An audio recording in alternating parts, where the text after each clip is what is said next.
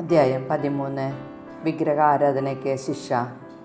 നിങ്ങളുടെ ഇടയിൽ നിന്ന് ഒരു പ്രവാചകനോ സ്വപ്നവിശകലനക്കാരനോ വന്ന് ഒരടയാളമോ അത്ഭുതമോ നിങ്ങൾക്ക് വാഗ്ദാനം ചെയ്യുകയും അവൻ പറഞ്ഞ വിധം സംഭവിക്കുകയും ചെയ്താലും നിങ്ങൾക്ക് അജ്ഞാതരായ അന്യദേവന്മാരെ നമുക്ക് പിഞ്ചെല്ലാം അവരെ സേവിക്കാം എന്ന് അവൻ പറയുകയാണെങ്കിൽ നിങ്ങൾ ആ പ്രവാചകൻ്റെയോ വിശകലനക്കാരൻ്റെയോ വാക്കുകൾ കേൾക്കരുത്.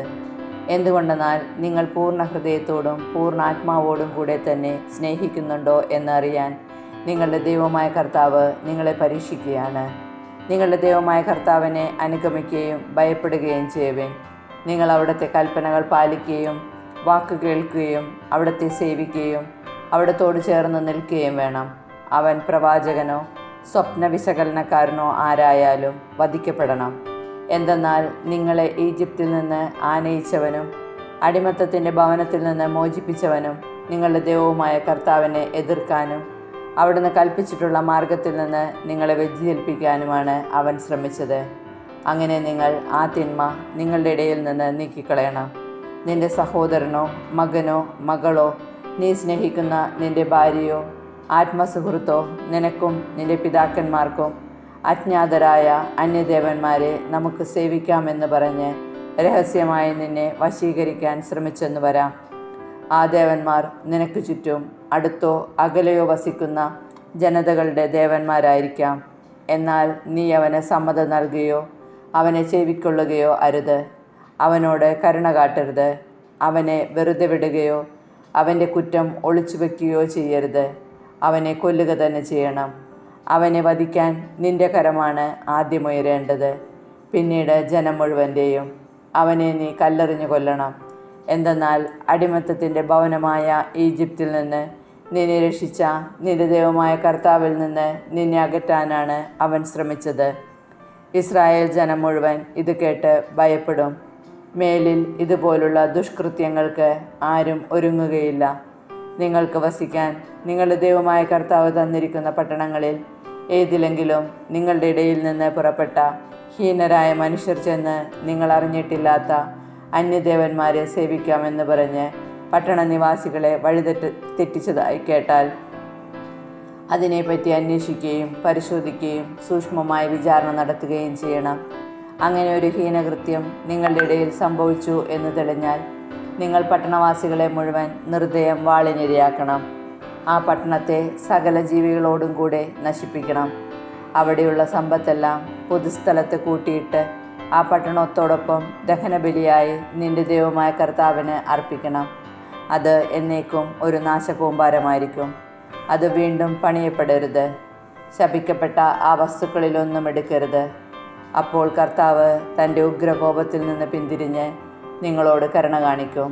നിങ്ങളിൽ അനുകമ്പ തോന്നി നിങ്ങളുടെ പിതാക്കന്മാരോട് വാഗ്ദാനം ചെയ്തിട്ടുള്ളതുപോലെ നിങ്ങളെ അവിടുന്ന് വർദ്ധിപ്പിക്കും. അതിനുവേണ്ടി നിങ്ങളുടെ ദൈവമായ കർത്താവിൻ്റെ വാക്ക് കേൾക്കുകയും ഞാനിന്ന് നൽകുന്ന അവിടുത്തെ എല്ലാ കൽപ്പനകളും ശ്രദ്ധാപൂർവം പാലിക്കുകയും നിങ്ങളുടെ ദൈവമായ കർത്താവിൻ്റെ മുൻപിൽ നന്മ മാത്രം പ്രവർത്തിക്കുകയും ചെയ്യണം. അദ്ധ്യായം 14. വിലാപരീതി. നിങ്ങളുടെ ദൈവമായ കർത്താവിൻ്റെ മക്കളാണ് നിങ്ങൾ. മരിച്ചവരെ പ്രതി നിങ്ങളുടെ ശരീരം മുറിപ്പെടുത്തുകയോ ശിരസിൻ്റെ മുൻഭാഗം മുണ്ടനം ചെയ്യുകയോ അരുത്. എന്തെന്നാൽ നിങ്ങളുടെ കർത്താവിന് പരിശുദ്ധമായൊരു ജനമാണ് നിങ്ങൾ. തൻ്റെ സ്വന്തം ജനമായിരിക്കാൻ വേണ്ടിയാണ് അവിടുന്ന് ഭൂമുഖത്തുള്ള മറ്റെല്ലാ ജനതകളിൽ നിന്ന് നിങ്ങളെ പ്രത്യേകം തിരഞ്ഞെടുത്തത്. ശുദ്ധവും അശുദ്ധവുമായ മൃഗങ്ങൾ, അശുദ്ധമായതൊന്നും ഭക്ഷിക്കരുത്. നിങ്ങൾക്ക് ഭക്ഷിക്കാവുന്ന മൃഗങ്ങൾ ഇവയാണ്: കാള, ചെമ്മരിയാട്, കോലാട്, പുള്ളിമാൻ, കലമാൻ, കടമാൻ, കാട്ടാട്, ചെറുമാൻ, കവരിമാൻ, മലയാട്. ഇരട്ടക്കുളമ്പുള്ളവയും അയവിറക്കുന്നവയുമായ എല്ലാ മൃഗങ്ങളെയും ഭക്ഷിക്കാം. എന്നാൽ അയവിറക്കുന്നവയോ ഇരട്ടക്കുളമ്പുള്ളവയോ ആയ മൃഗങ്ങളിൽ ഒട്ടകം, മുയൽ, കുഴിമുയൽ എന്നിവയെ ഭക്ഷിക്കരുത്. അവ അയവിറക്കുന്നവയെങ്കിലും ഇരട്ടക്കുളമ്പില്ലാത്തതുകൊണ്ട് അശുദ്ധമാണ്. പന്നി ഇരട്ടക്കുളമ്പുള്ളതാണെങ്കിലും അയവിറക്കാത്തതാകിയാൽ അശുദ്ധമാണ്. അതിൻ്റെ മാംസം ഭക്ഷിക്കുകയോ അതിൻ്റെ ശവം സ്പർശിക്കുകയോ അരുത്. ജലജീവികളിൽ ചിറകും ചെതുമ്പലുമുള്ളവയെല്ലാം നിങ്ങൾക്ക് ഭക്ഷിക്കാം. എന്നാൽ ചിറകും ചെതുമ്പലുമില്ലാത്തവയെ ഭക്ഷിക്കരുത്. അവ അശുദ്ധമാണ്. ശുദ്ധിയുള്ള എല്ലാ പക്ഷികളെയും ഭക്ഷിച്ചുകൊള്ളുവിൻ.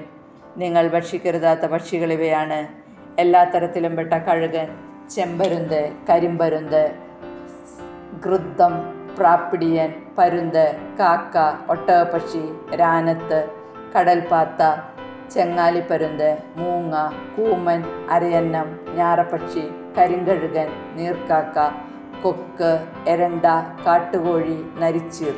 ചിറകുള്ള പ്രാണികളെല്ലാം അശുദ്ധമാണ്, അവ ഭക്ഷിക്കരുത്. ശുദ്ധിയുള്ള പറവകളെയെല്ലാം നിങ്ങൾക്ക് ഭക്ഷിക്കാം.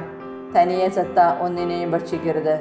അത് നിങ്ങളുടെ പട്ടണത്തിൽ താമസിക്കാൻ വരുന്ന അന്യന് ഭക്ഷിക്കാൻ കൊടുക്കുകയോ ഏതെങ്കിലും പരദേശിക്ക് വിൽക്കുകയോ ചെയ്യുക. എന്തെന്നാൽ നിങ്ങൾ നിങ്ങളുടെ ദൈവമായ കർത്താവിൻ്റെ വിശുദ്ധജനമത്രേ. ആട്ടിൻകുട്ടിയെ അതിൻ്റെ തള്ളയുടെ പാലിൽ പാകം ചെയ്യരുത്. ദശാംശം. വർഷം തോറും നിന്റെ വയലിലെ സകല ഫലങ്ങളുടെയും ദശാംശം മാറ്റിവെക്കണം. നിന്റെ ദൈവമായ കർത്താവ് തൻ്റെ നാമം സ്ഥാപിക്കുന്നതിന് തിരഞ്ഞെടുക്കുന്ന സ്ഥലത്ത് അവിടുത്തെ മുൻപിൽ വെച്ച് നിന്റെ ധാന്യങ്ങളുടെയും വീഞ്ഞിൻ്റെയും എണ്ണയുടെയും ദശാംശവും ആടുമാടുകളുടെ കടിഞ്ഞൂലും നീ ഭക്ഷിക്കണം. നീ അവിടുത്തെ സദാ ഭയപ്പെടുവാൻ പഠിക്കുന്നതിന് വേണ്ടിയാണ് ദൈവമായ കർത്താവ് തൻ്റെ നാമം സ്ഥാപിക്കാൻ തിരഞ്ഞെടുത്ത സ്ഥലം നിനക്ക് ദശാംശം കൊണ്ടുപോകാൻ സാധിക്കാത്തത്ര ദൂരെയാണെങ്കിൽ നീ സമൃദ്ധമായി അനുഗ്രഹിക്കപ്പെടുമ്പോൾ ആ ഫലങ്ങൾ വിറ്റ് പണമാക്കി അവിടുന്ന് തിരഞ്ഞെടുത്തിരിക്കുന്ന സ്ഥലത്തേക്ക് പോകണം.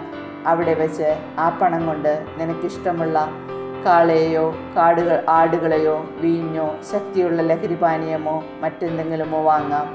നിന്റെ ദൈവമായ കർത്താവിൻ്റെ മുൻപിൽ വെച്ച് ഭക്ഷിച്ച് നീയും നിന്റെ കുടുംബാംഗങ്ങളും ആഹ്ലാദിക്കുവിൻ. നിന്റെ പട്ടണത്തിൽ താമസിക്കുന്ന ലേവ്യരെ അവഗണിക്കരുത്. എന്തെന്നാൽ നിനക്കുള്ളതുപോലെ ഓഹരിയോ അവകാശമോ അവർക്കില്ല. ഓരോ 3-ാം വർഷത്തിൻ്റെയും അവസാനം ആ കൊല്ലം നിനക്ക് ലഭിച്ച ഫലങ്ങളുടെ എല്ലാം ദശാംശം കൊണ്ടുവന്ന് നിന്റെ പട്ടണത്തിൽ സൂക്ഷിക്കണം.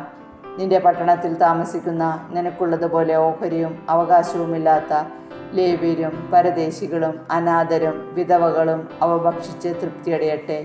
അപ്പോൾ നിന്റെ ദൈവമായ കർത്താവ് എല്ലാ പ്രവൃത്തികളിലും നിന്നെ അനുഗ്രഹിക്കും.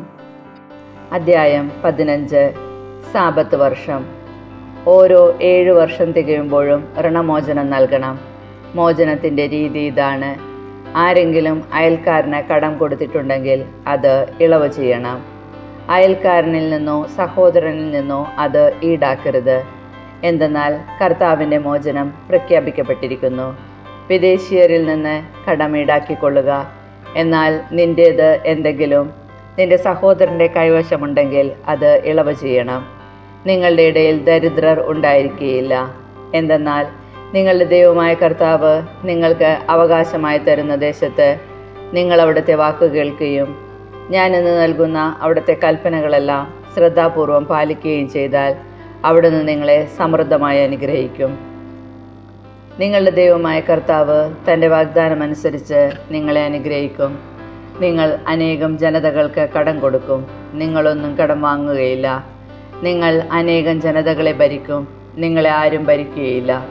നിങ്ങളുടെ ദൈവമായ കർത്താവ് നിങ്ങൾക്ക് നൽകുന്ന ദേശത്തെ പട്ടണങ്ങളിൽ ഏതെങ്കിലും ഒരു സഹോദരൻ ദരിദ്രനായിട്ടുണ്ടെങ്കിൽ നീ നിന്റെ ഹൃദയം കഠിനമാക്കുകയോ അവന് സഹായം നിരസിക്കുകയോ അരുത്. അവന് ആവശ്യമുള്ളത് എന്തു തന്നെയായാലും ഉദാരമായി വായ്പ കൊടുക്കണം. മോചനത്തിൻ്റെ വർഷമായ 7-ാം വർഷം അടുത്തിരിക്കുന്നുവെന്ന് നിന്റെ ദുഷ്ടഹൃദയത്തിൽ ചിന്തിച്ച് ദരിദ്രനായ സഹോദരനെ നിഷ്കരുണം വീക്ഷിക്കുകയും അവനൊന്നും കൊടുക്കാതിരിക്കുകയും അരുത്.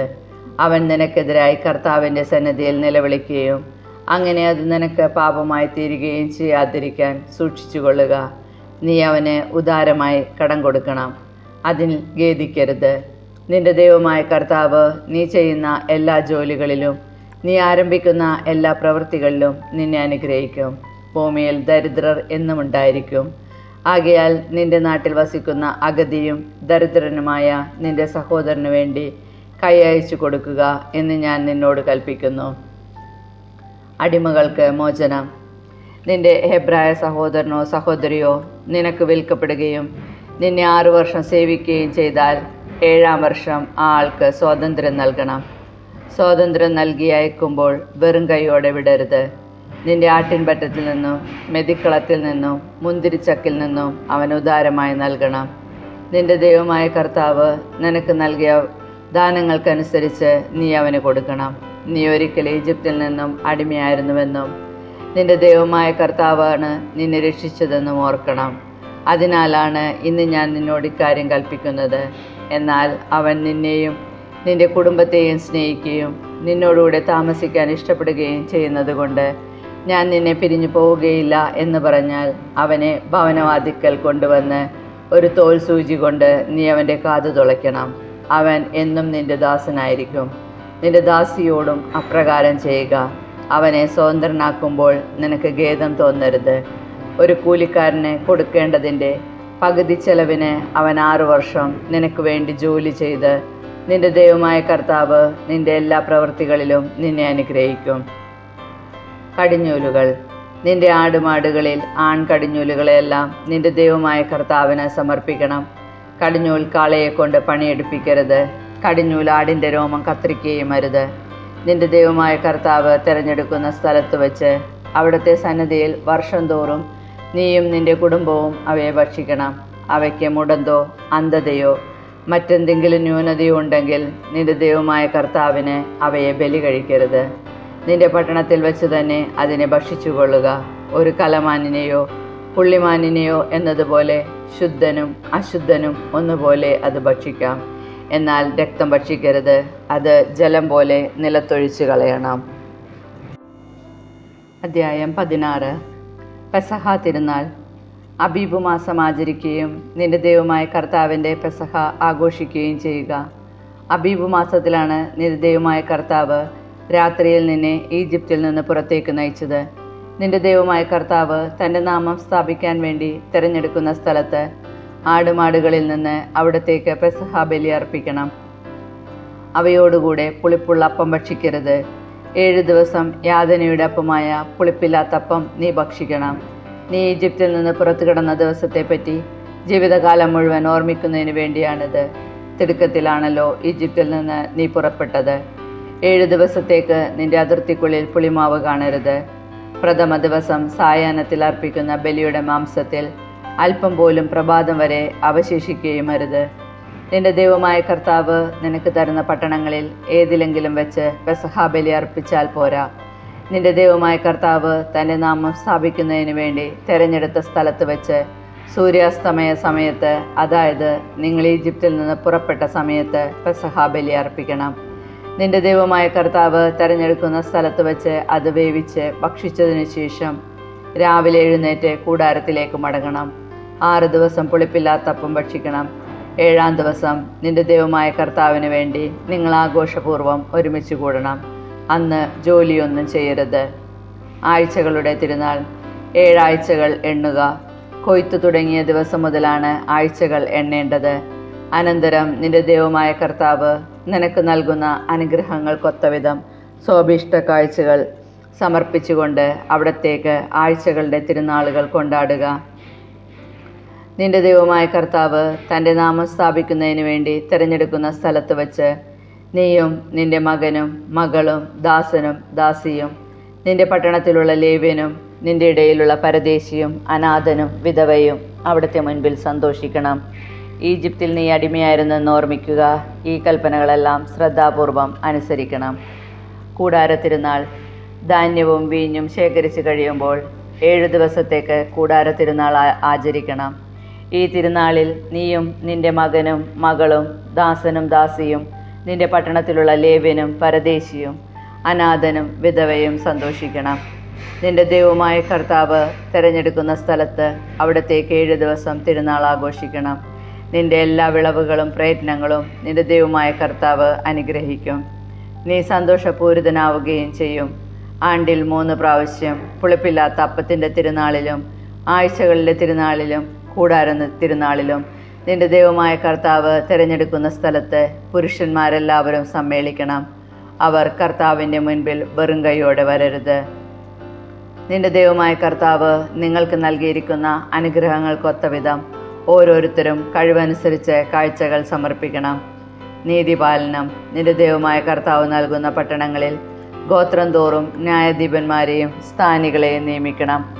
അവർ ജനങ്ങൾക്ക് നിഷ്പക്ഷമായി നീതി നടത്തിക്കൊടുക്കട്ടെ. നിന്റെ വിധികൾ നീതിവിരുദ്ധമായിരിക്കരുത്. നീ പക്ഷപാതം കാട്ടുകയോ കൈക്കൂലി വാങ്ങുകയോ അരുത്. എന്തെന്നാൽ കൈക്കൂലി ജ്ഞാനിയെ അന്ധനാക്കുകയും നീതി നിഷേധിക്കാൻ പ്രേരിപ്പിക്കുകയും ചെയ്യുന്നു. നീ ജീവിച്ചിരിക്കുന്നതിനും നിന്റെ ദൈവമായ കർത്താവ് തരുന്ന രാജ്യം കൈവശമാക്കുന്നതിനും വേണ്ടി നീതി മാത്രം പ്രവർത്തിക്കുക. നിന്റെ ദൈവമായ കർത്താവിന് നീ ഉണ്ടാക്കുന്ന ബലിപീഠത്തിന് അരികെ അക്ഷേരാദേവതയുടെ പ്രതീകമായി ഒരു വൃക്ഷവും നട്ടുപിടിപ്പിക്കരുത്. നിന്റെ ദൈവമായ കർത്താവ് വെറുക്കുന്ന സ്തംഭവും നീ സ്ഥാപിക്കരുത്.